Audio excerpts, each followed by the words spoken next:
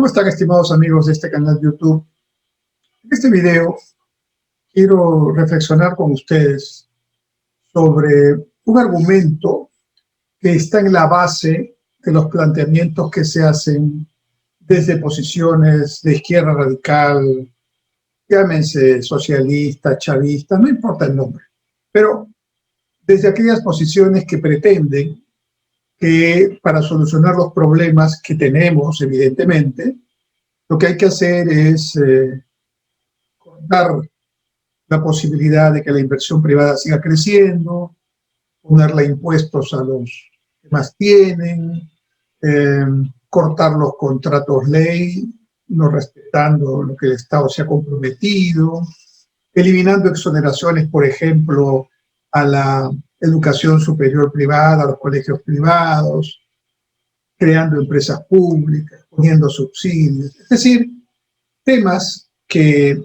hace 50 años el Perú ya vivió, con resultados desastrosos, y que hemos pagado y que hasta ahora seguimos pagando. Un ejemplo es, efectivamente, ya se ha mencionado en las redes sociales, la refinería de Talara, que ya tiene un presupuesto y un gasto que supera los 6.000 millones de dólares para poder modernizarla y hasta ahora no se termina. Que Petroperú, que es una empresa estatal, desde los años 70, cuando fue nacionalizado el petróleo durante el gobierno militar, Petroperú está llevando a cabo el proyecto de la refinería de Talara. Es un ejemplo, la refinería de Talara con Petroperú, de temas que desde hace 50 años se vienen gestando, en este caso negativamente, porque el que la refinería de Talara haya llegado a tal situación de relativa obsolescencia tecnológica y de contaminación es debido a que durante un buen tiempo no se hicieron las inversiones correspondientes. ¿Y quién está a cargo de esa empresa? El Estado. Es solo un ejemplo. Quizás no es el más complicado, porque Petroperú maneja un recurso que sin duda es un commodity, es un estratégico, dicen algunos, pero hay otros casos de uso del recurso público que se hizo nacionalizando empresas, estatizando empresas, quitándole a la inversión privada, digamos, la propiedad de esas empresas, ¿no? En nombre del Estado, que han significado terribles procesos. Por ejemplo, muchas de las personas que hoy están un poco a favor, creo yo, por desconocimiento de esta historia que estoy contando, son muy sensibles a los temas de contaminación ambiental. Varios de los que están de acuerdo con estas políticas que se están dando o se están ofreciendo de criterio populista, se dice chavista para incluir a Bolivia, a Ecuador de Correa, porque ya Ecuador cambió de presidente, y a Venezuela sobre todo, Cuba, ¿no? Modelos de pensamiento socialista, estatista, ¿no? Muchas de estas personas que están pensando a favor de estas propuestas, que son la mayoría jóvenes, son radicales ambientalistas. Es decir, son personas que están velando, y me parece muy bien, porque no se contamine tanto el planeta y Perú tampoco lo haga, tema en el que estamos de acuerdo.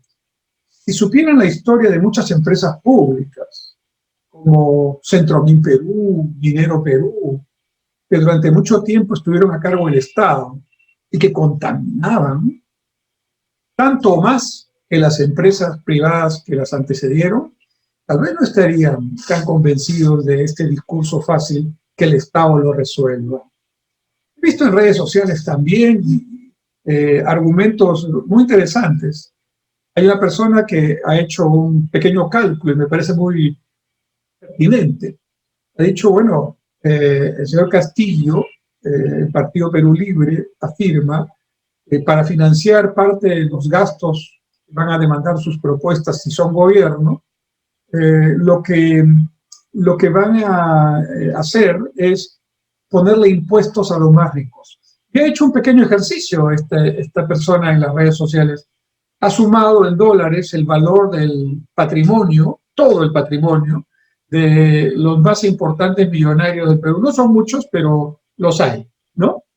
Y sumando ese valor patrimonial lo ha convertido a soles al tipo de cambio actual y lo ha comparado con el tamaño del presupuesto público, es el gasto que se hace anualmente en todo el aparato del Estado, ministerios, regiones, gobiernos regionales, municipios, en fin.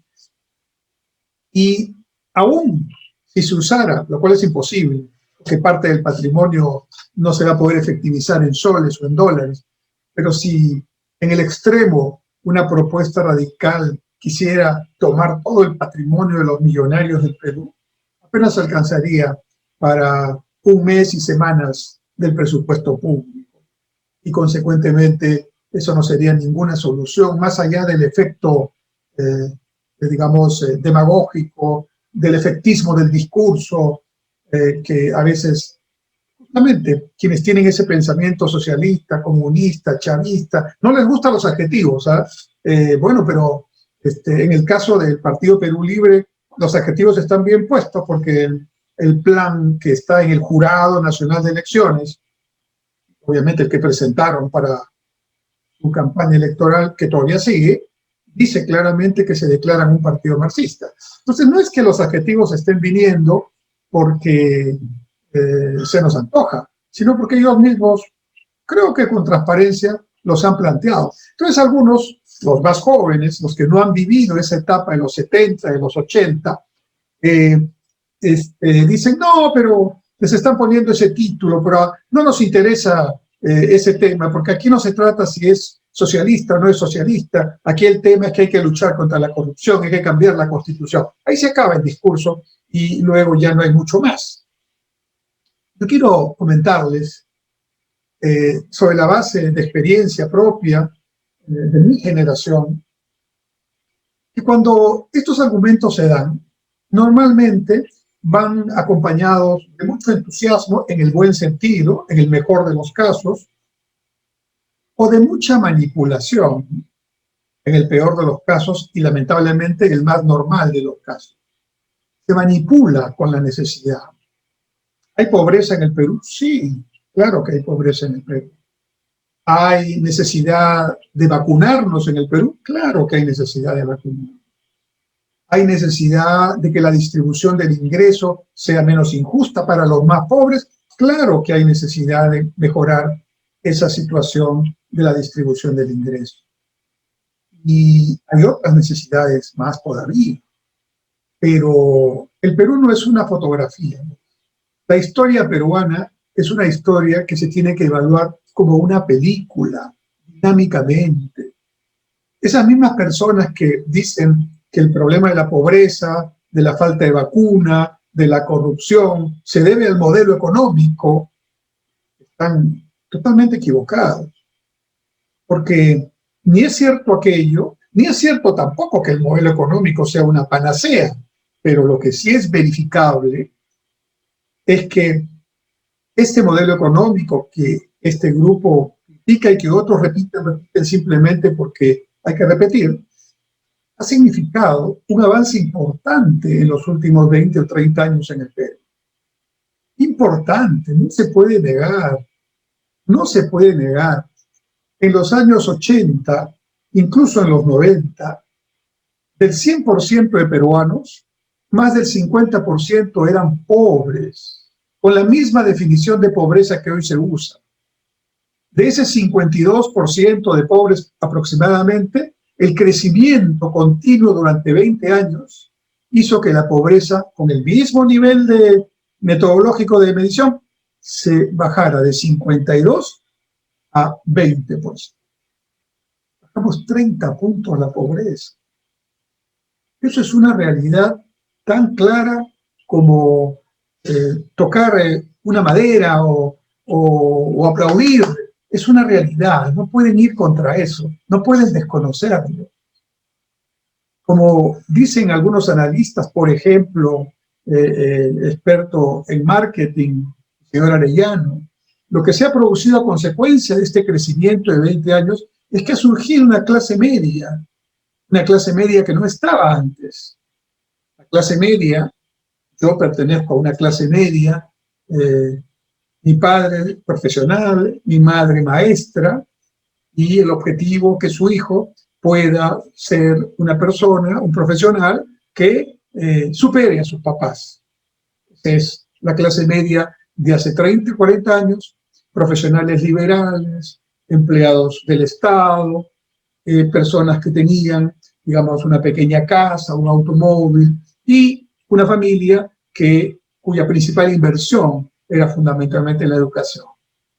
La clase media que se ha formado en los últimos 20 años con el crecimiento, que algunos desconocen y hasta pretenden ningunear, ¿no?, que no se ha producido, es una clase media distinta, conformada fundamentalmente por emprendedores provincianos de primera y segunda generación, conformada por gente muy trabajadora, que sin duda tiene un valor inmenso y unas características culturales, sociales, de las que hay que sacar muchas enseñanzas. Esa clase media creció con el crecimiento, valga la redundancia, mejoró su nivel de vida. Y es cierto que hasta antes de la pandemia, es decir, hasta diciembre de 2019, porque la pandemia en Perú empezó a tener repercusiones inmediatas en el primer trimestre del año 2020, hasta antes de la pandemia, la pobreza estaba en 20%. Y ahora, como producto de la pandemia, subrayado, no del modelo económico, hemos retrocedido de 20 a 30% de pobreza nuevamente. No 54, como en los años 70, 80, pero sí 30. Es decir, que hoy hay los pobres que todavía faltaban sacar de la pobreza y algunos que habían dejado la pobreza y que han vuelto porque han perdido su empleo, han precarizado sus ingresos y, en suma, las consecuencias de esta pandemia tan complicada. Muy bien, eso también se va a desconocer, que no ha habido una clase media nueva, creativa, provinciana en su mayor parte, trabajadora, arraigada en el Perú, que sin duda es una parte importante de la transformación positiva de la sociedad peruana. No se puede negar. Entonces, cuando yo escucho estos argumentos llenos de ideología, de demagogia, y ya voy a poner también de buenas intenciones, también voy a poner eso, porque no se trata efectivamente de cambiar adjetivos, ¿no? Se trata de razonar. Este video, como todos los videos que yo hago, están colgados en YouTube, en la plataforma YouTube, están colgados por N tiempo, de manera que se van a poder ver dentro de algunos años. Y cuando se analicen estos videos, lo que estamos diciendo se podrá corroborar. Y algunos de ustedes que me pueden estar viendo, que tienen 20 años, 30 años, 40 años, ustedes no han vivido la crisis de los 70 y los 80. Ustedes no han vivido la situación dramática que pasábamos todas las familias en esos años por el terrible terrorismo de Sendero Luminoso, que ya no está en esos objetivos militares paranoicos que mataron a miles de peruanos, empezando por campesinos pobres, que simplemente no tenían sus ideas, sino que ahora Sendero ha cambiado su estrategia, y su estrategia ahora ya no es militar, es política, es decir, es entrar en las instituciones, es entrar en los sindicatos, es entrar en las universidades, es entrar en los partidos políticos. No nos extraña entonces que el Partido Perú Libre tiene relaciones muy estrechas con Sendero Luminoso, y que incluso hay congresistas electos, dicho por los especialistas, son personas, algunos de ellos, claro, que son personas que han militado y han participado directamente en Sendero Luminoso y en el MRTA. Las vinculaciones del Partido Perú Libre con ese terrorismo que ustedes los jóvenes no vivieron, que sin duda no merecen vivir, porque no merece ningún peruano volver a esa catástrofe, existen. Las conexiones existen, no han sido negadas. Es más, entonces no solamente se trata de un tema de desconocimiento de lo que la propia economía peruana ha pasado hace algunas décadas nada más, con desastrosos resultados, sino también desconocimiento, entre comillas, un proceso de desfase de la memoria de lo que ha pasado también en esas épocas difíciles con el terrorismo, homicida, salvaje, irracional que afectó al Perú, a todos los peruanos. Y entonces viene un argumento ya casi último. Y el argumento es que el Estado tiene que también participar. Claro, el Estado que tenemos no es un Estado ni cerca a un Estado eficiente, no. Es un Estado ineficiente, es un Estado poco transparente y es un Estado, además, que hace las cosas tarde cuando las hace. En consecuencia, no es un Estado que sirva al ciudadano como debe servirlo, pero eso no significa destruir al Estado y a sus instituciones. Eso no significa volver a aplicar como si fueran nuevas estrategias y políticas que sabemos solo llevan a un mayor desastre. Esto no significa que el Estado puede reemplazar a la inversión privada. Hay un error tremendo de concepto y de realidad, porque ya esto se ha demostrado aquí y en otras partes del mundo. El Estado tiene que cumplir su tarea, pero para eso hay que cambiar el Estado sin cambiar la Constitución. El Estado tiene que cambiar su chip, sus funcionarios públicos tienen que cambiar, las normas tienen que cambiar, pero para que el Estado cumpla su tarea, no de reemplazar a la inversión privada, no de competir con la empresa privada, con empresas públicas deficitarias en el término final, déficits que obligan a pagar con recursos del Estado. No, el Estado tiene que cumplir con su tarea, que es generar una educación pública de calidad, una salud pública preventiva a tiempo, tratada integralmente, una justicia que realmente haga justicia, ¿no? Y que no esté sujeta ni al poder ni a la economía, una seguridad ciudadana que permita que vivamos tranquilos y una infraestructura básica que nos permita efectivamente mejorar nuestro nivel de vida en agua y saneamiento, en electrificación,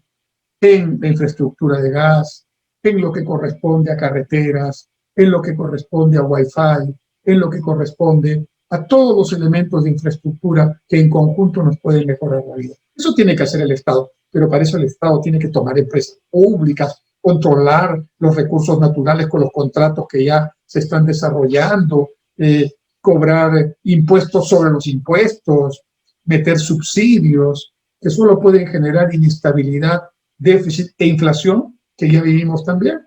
No. Y ese es el tema fundamental. No lo quieren entender, obviamente, hasta cierto punto comprendo jóvenes porque no lo han vivido aquello, ¿no? Las medidas que se plantean no son útiles y al contrario, son totalmente contraproducentes. Volviendo al ejemplo que comentaba, en la hipótesis de que desarrolle un impuesto a las ganancias de los millonarios. ¿Cuánto significaría eso realmente para financiar lo que se necesita financiar? La educación, la salud, la justicia, la infraestructura, la seguridad ciudadana. Nada. Nada. De todas maneras que se haga, porque eso sería un ejemplo. Sí, un ejemplo para 30 días. Entonces se dice, vamos a quitar las exoneraciones. No han hecho el cálculo de lo que significan las exoneraciones. Exoneraciones a la educación, a la universidad privada y a los colegios privados para que suban las pensiones. Eso. Exoneraciones al ahorro y a los seguros para que ya el poco ahorro que hay, porque las tasas de interés son bajas, ya no vaya al sistema financiero y que la bancarización pase de 43% a 10%. ¿Qué es lo que quieren? Lo que quieren realmente es crear un ambiente aprovechando de la pobreza todavía no incorporada por el crecimiento y de la pobreza que ya había salido de esa situación, pero que ha recuperado la pobreza por la pandemia, ¿no? Y de otros problemas que existen, la corrupción incluida, por supuesto, ¿no? Quieren aprovechar de esos temas para decir que la solución es cambiar el modelo económico, cambiar la Constitución y poner un gobierno que, aunque diga que no, todos sus fraseos, sus métodos, sus maneras de entender la vida política del país son de tipo autocrático, dictatorial, disfrazados de democracia, como en Venezuela. Alguna candidata, algún candidato decía, pero si en Venezuela han votado por el presidente Maduro, claro, con todas las instituciones controladas, con todos los medios de comunicación, digamos, absolutamente intervenidos, controlando seguramente también los votos, Esto no es una democracia. Finalmente, miren el resultado económico y social, terrible, humano. Millones saliendo de Venezuela, muchos aquí en Perú, como testigos presenciales de esta circunstancia. Y un último punto, para tratar de hablar con razones, para que hayan respuestas con razones. No es ideología, son razones, son experiencias. ¿Ustedes creen, estimados amigos, que una empresa pública puede competir, como dice el señor Cerrón, de igual a igual con una empresa privada? No, ¿saben por qué? Porque el que está en una empresa pública finalmente es un funcionario público, que cobra su remuneración como cualquier empleado que trabaja en un ministerio o que trabaja en un municipio. Su objetivo es su sueldo. Y si tiene objetivos institucionales, como por ejemplo tener utilidades o lograr un objetivo mayor en el propósito social de la empresa, bueno, si lo logra bien, pero si no lo logra, finalmente no es su dinero, es dinero del Estado. Y el Estado ya verá cómo se soluciona el tema. Esa es la manera como estas personas que plantean posiciones radicales de izquierda, socialistas, comunistas, chavistas, procubanas, como quieran llamar, como las llama el señor Cerrón, ideólogo del Partido Perú Libre, cuyo candidato es el señor Castillo, economías populares de mercado. Está en su plan. No hay ni una línea para entender qué es eso. Dice que es el modelo boliviano y ecuatoriano. Bueno, ninguno de los modelos es exitoso, pero economía popular de mercado. Una frase, un invento, un título, sin nada de contenido. Y más bien, una ideología que aun cuando saben quienes lo dicen que no es lo que suponen uno que puede ser, o sea, una estructura pensada, medida, con los indicadores, no. Es una frase por ahí que está bonita. Economía popular de mercado. No existe en ninguna parte del mundo. Ni siquiera en Ecuador y Bolivia que la mencionan, ¿no? Como ejemplos, malos ejemplos, por cierto, que Perú no debe seguir. Y además son realidades diferentes. Entonces, reflexionemos. El Estado, con las empresas públicas, no puede hacer el papel de las empresas privadas. Y si intenta hacerlo, le va mal. Porque fíjense ustedes, una empresa pública, para poder hacer un gasto, tiene que tener en cuenta no solamente la lógica empresarial que tiene una empresa privada, sus comportamientos éticos, su capacidad de gestión competitiva, su evolución por procesos, su enfoque en el cliente final, su trabajo por la calidad, por mencionar algunos temas que tiene que mirar un empresario privado siempre. El empresario público puede tener intención, no digo que no haya personas que son decentes y que son profesionalmente buenas en empresas públicas, pero el empresario público, para poder tener la misma condición, no la va a tener, porque finalmente, repito, el empresario privado es diferente porque es su dinero el que está poniendo en exposición bajo riesgo. En cambio, la empresa pública pone el dinero de todos nosotros, el presupuesto público que aportamos todos nosotros, por lo tanto, no es su dinero. Finalmente, si se pierde, habrá alguna justificación. Pero además de eso, el otro problema es que para poder tomar las decisiones, en el entendido que es una decisión correcta, técnicamente consistente, tiene que pedirle permiso a un montón de instituciones. El empresario privado toma la decisión. El empresario público tiene que pedirle permiso primero, obviamente, al directorio de la empresa. Luego tiene que pedirle permiso al FONAFE, ¿no? Luego tiene que tener en cuenta las normas del presupuesto público. Luego que tiene que tener en cuenta las normas de la Contraloría, por mencionar algunos de los temas que el privado no tiene, porque no tiene por qué tenerla, porque trabajan con su dinero. En cambio, el público lo tiene porque son instituciones que trabajan con dinero del Estado, o sea, de todos nosotros, y por eso no pueden hacer cualquier cosa. Y eso hace más lentos los procesos, más ineficientes los resultados. Señor Castillo, señor Cerrón, pueden ustedes hacer todos los discursos que quieran. Fíjense cómo estamos hablando con toda tranquilidad, ¿no? No, sin adjetivar, porque ustedes verán que en mis videos yo trato de ser propositivo, trato de explicar, no de adjetivar, ¿no? Estamos de acuerdo ahí. respetos, guarda respetos. Pero señor Castillo, señor Cerrón, lo que ustedes dicen no funciona. Ideológicamente tiene un objetivo, yo lo entiendo. Lamentablemente el grueso de la población parece no entenderlo o no querer entenderlo porque la población está fastidiada, está con ganas de protestar. No aprovechen de eso. El mensaje que ustedes están dando, tanto económica como políticamente, es un mensaje que le va a hacer daño al Perú. Y la eventualidad que ustedes fueran gobierno, eso va a hacer daño al Perú, a los peruanos. Este video queda grabado y consecuentemente podremos evaluarlo más adelante. Pero lo que sí me queda claro es que quienes estén acompañando una decisión equivocada, eso se paga en algún momento. Pero ¿saben cómo se paga? Se paga cuando después haya que corregir todo lo que se hace equivocadamente. Es lo que le va a pasar a Venezuela cuando termine la autocracia de Maduro y de todos sus seguidores en el gobierno. Cuando el pueblo venezolano pueda tener finalmente nuevamente una democracia real, lamentablemente habrá que ajustar la economía para poner la situación en los niveles que siempre debieron estar, y no con el engaño y el subsidio permanente en base al petróleo que el gobierno de Chávez y ahora de Maduro han hecho y siguen haciendo. Bolivia misma tiene aparentemente un gobierno, sí, que tiene, no le va muy bien, pero digamos, no está en la situación de Venezuela. No vemos a bolivianos que están yendo por toda América Latina porque no tienen que comer, pero Bolivia tiene un manejo de sus cuentas fiscales que en algún momento tendrá que sincerar también.